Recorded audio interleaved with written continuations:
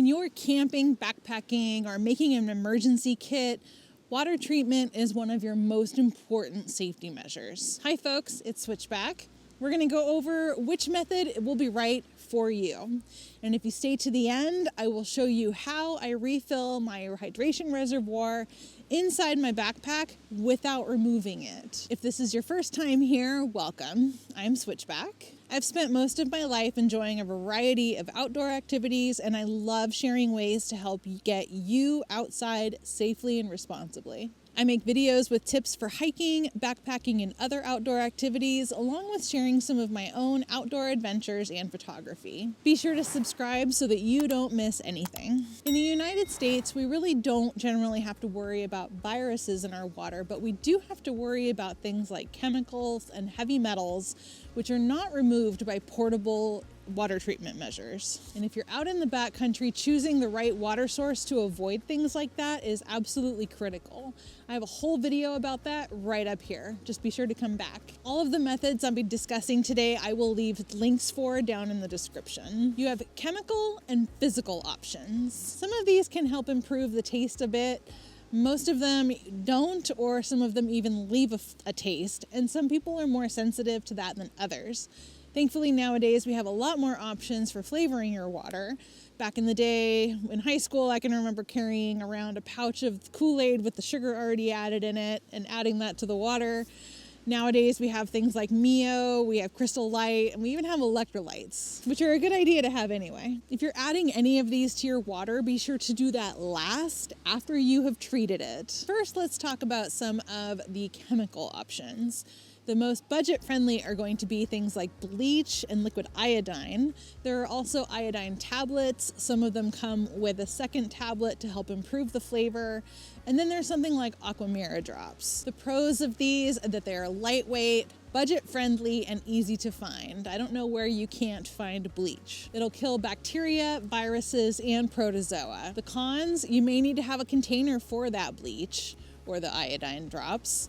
They may leave a taste, and they don't remove microplastics or silt. You may need to pre-filter because of how much other stuff is in the water, and a bandana works great for something like that. You'll need to let it sit for a while to let the chemical reactions happen before you drink the water. The chemical reactions might happen slower if you're in colder or freezing temperatures. You have a finite amount of it, so you have only so much bleach, only so many tablets, etc.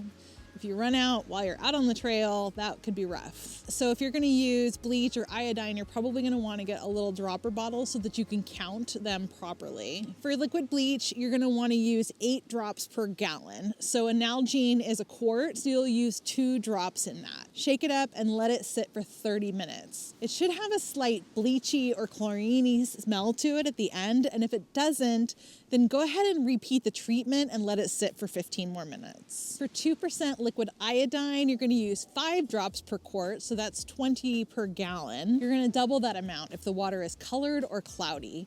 Shake it up, let it sit for 30 minutes. For tablets, follow the directions on the package, and again, some of them come with a flavor-improving tablet.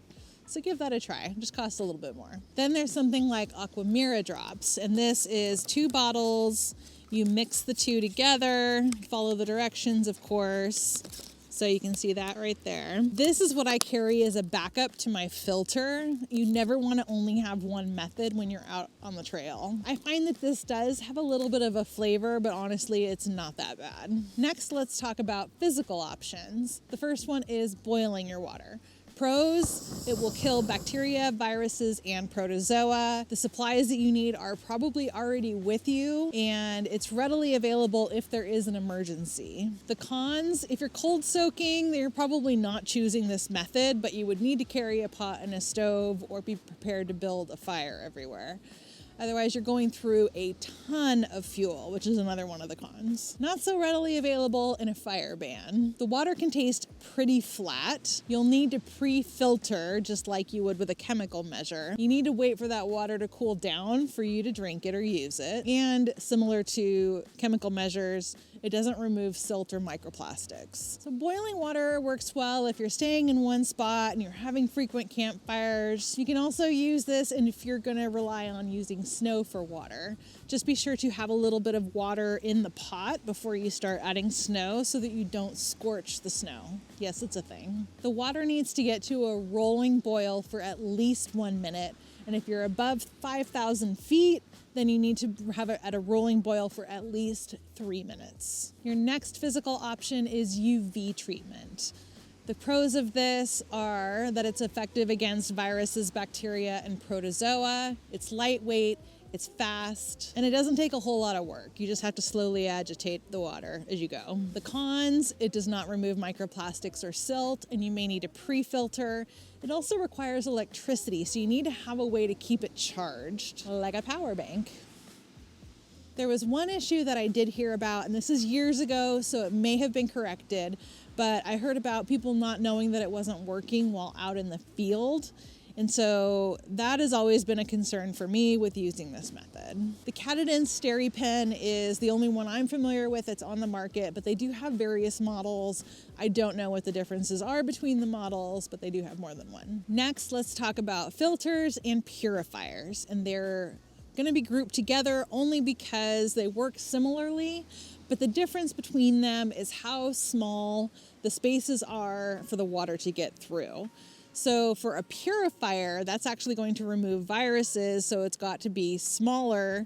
All of these are going to be measured in microns, so the smaller the number, the more it can filter things out. Both of these work by pushing or pulling water through hollow fibers. Both are effective against bacteria and protozoa, but only purifiers are effective against viruses. They both also remove silt and microplastics, but it's still a good idea to pre-filter if you're not using a pump, and we'll get in there. Okay. So let's talk about those filters. The pros, they're fast, they're lightweight. Again, they get rid of those microplastics in the silt. You can get different sizes for different size groups, and they generally last a long time, although the exact duration that they last will vary by the brand, so make sure that you're checking the manufacturer's label. The cons are that they may get clogged, so pre-filtering can really help extend the life of that filter. It may need to be back flushed periodically to basically kind of rinse that stuff out. You may want to buy separate bags because sometimes the bags that come with are awful.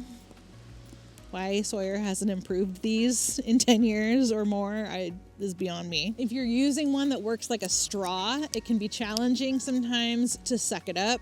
It's going to vary again by the design. Check on the comments and the reviews of those. You also have to be careful with these with a clean end and a dirty end. So for both of these, this is the dirty end. For these two, the clean end for these two. You don't want things to contaminate here. And if you're hanging something like this from the bag, like so, get this. If you're hanging this like this, this bag is wet, that water can drip into your water or onto your filter. That's where I take the bandana and wipe it down before I start filtering that water. These filters can also break, although it's not super likely. You need to protect them from freezing because if they freeze, you have to replace them. It will break it will break them basically. And if you're using, I'm going to categorize these into push and pull methods. The pull, anything where you have to suck, you're going to have everybody in your group have their own unless somebody wants to share. But most people don't really want to share something like this. There are several different kinds of filters out there. Some of them are inline, where it basically goes into the tubing of your hydration reservoir, or you connect it. And there are straws, there are gravity filters, there are pumps. I'm going to categorize these into push methods and pull methods, and that'll make a little more sense in a minute. First, the push methods. I'm going to categorize things like a squeeze filter or a gravity filter as something where you're pushing that water through. Same goes with a pump, where you're literally just pushing that pump back and forth, and you're pushing the water through from the dirty end to the clean end. This is a gravity filter. These are the most common among most backpackers these days. They connect to a bag. Basically, you have the water in here, you push it through, the clean water comes out this end. And this only weighs a few ounces, even with the aftermarket bag. The speed at which that filters the water is going to vary greatly, even within the same brand. If you keep your filter back flushed, like a Sawyer especially really needs to be back flushed frequently, it'll go faster. Again, how long these will last varies very much by the design, the brand. A Sawyer will last thousands of gallons, and the better you pre-filter and keep all that silt and muck out of the dirty end of it, the longer your filter will last you. A pump filter will be heavier and bulkier, but it will also be faster, and you don't have to pre-filter. You have one end of it that goes into the dirty water source, and the other one goes into your clean container. They do have more moving parts, which means more possibilities of failing. So that is one of the downsides. They also usually have a cartridge that needs to be replaced periodically. Then there are the pull methods, and these are the ones where basically you have to suck the water through. So something like the Life Straw, or the Katadyn Be Free, where it is right in the mouthpiece, and usually people squeeze and suck. But you can do that, or an inline filter like we talked about with a hydration reservoir. Again, how challenging that is varies widely, so make sure that you're checking reviews. But frankly, for me, I'm usually huffing and puffing if I've been out hiking or backpacking or trail running or whatever, and the last thing I want to have to do is work to get my water. I am trying to get the water as fast as I can, so having to really work to suck it sucks. Now, while I was researching this video, I found a couple of interesting things out there. And interesting does not mean I like it or don't like it, it just means interesting. One of them is a new stainless steel straw that Life Straw has. I don't know how plausible it is for backpacking or how, functional it is for that, but it sounds kind of interesting for when you're traveling and you're going into different restaurants and the tap water is questionable. So I'm actually kind of curious to try that one for that route. And then I also saw that MSR has something called the Trail Shot. Again, interesting. Not sure what I think yet, but interesting for sure. Now, pull methods usually have a shorter shelf life, usually about 1 year. And they're a lot more challenging if you're trying to, say, fill a pot of water with filtered water before you start boiling it or heating it up. For example, I don't boil my water before I have coffee because I'm using instant coffee. I just heat it up to the temperature I want, add my instant coffee. So I like to use filtered water for that. And again, these don't work as well for groups where people might be sharing filters. And again, make sure that you keep the clean end clean and the dirty end dirty. It only takes 1 drop of Giardia contaminated water for someone to get very, very sick. So this is why, again, I dry mine off with a bandana, and I have that designated just for that job. It is a bandana that can go into a water source. It is not one that I use to, do things that I would only need clean water for. And it's worth mentioning again, do not let these freeze. And if you are unsure if it has frozen or not, it's time to toss it and replace it. I have seen that there are ways to check it to see if it still works, but I don't know how reliable those are, and it is not worth, for me personally, the risk of it not actually working. I'd rather just replace it, which is what I had to do once. And I'll tell that story in another video. Next, let's talk about purifiers. The pros are that they get out the viruses, the bacteria, the protozoa, all that good stuff. A pump is going to get out the silt. You don't have to pre-filter. The cons, these are definitely the most expensive out of all of these options. They're usually heavy and bulky. Again, they have more moving parts, have cartridges that need to be replaced. Some of these are pumps. Some of these you press, like a Grail.